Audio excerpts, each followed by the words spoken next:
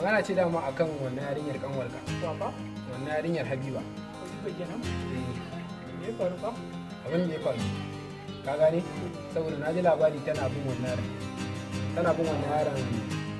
Wannan yaron dan gudun nan. Za ka ana kira.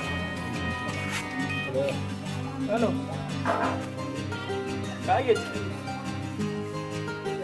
Dama magana ce akan wannan kanwar ta Habiba. Magana ta gaskiya ni fa abubuwan da ya fara daure min kai ba.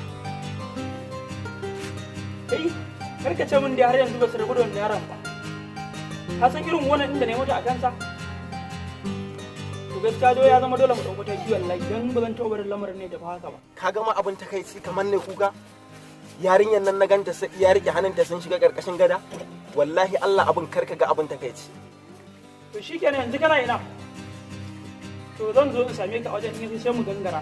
Da Allah ga nan mun ci da zamu je mu same shi dole mu dauko ta akan lamarin. Me yake faruwa ne?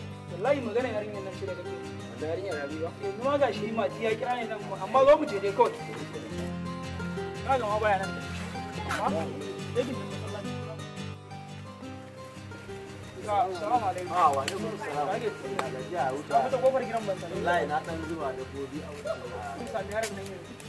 Saboda ka san dole lamarin nan bai kamata a bar shi ba. Saboda gaskiya irin wannan fata gari ne a cikin al'umma ko ba haka ba. Gaskiya Sai ma na gode sosai kuma da irin yadda kai kai samun kamin bayani.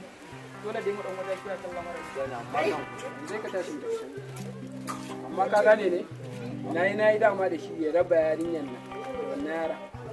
Amma dai ya kamata yanzu a ɗau mummunan mataki a abin da ya dama ai zai kun bawa ta ba zai musa wanda. Ai dole sai aka wata kira kan lamarin. Gaskiya ta zama yar mace.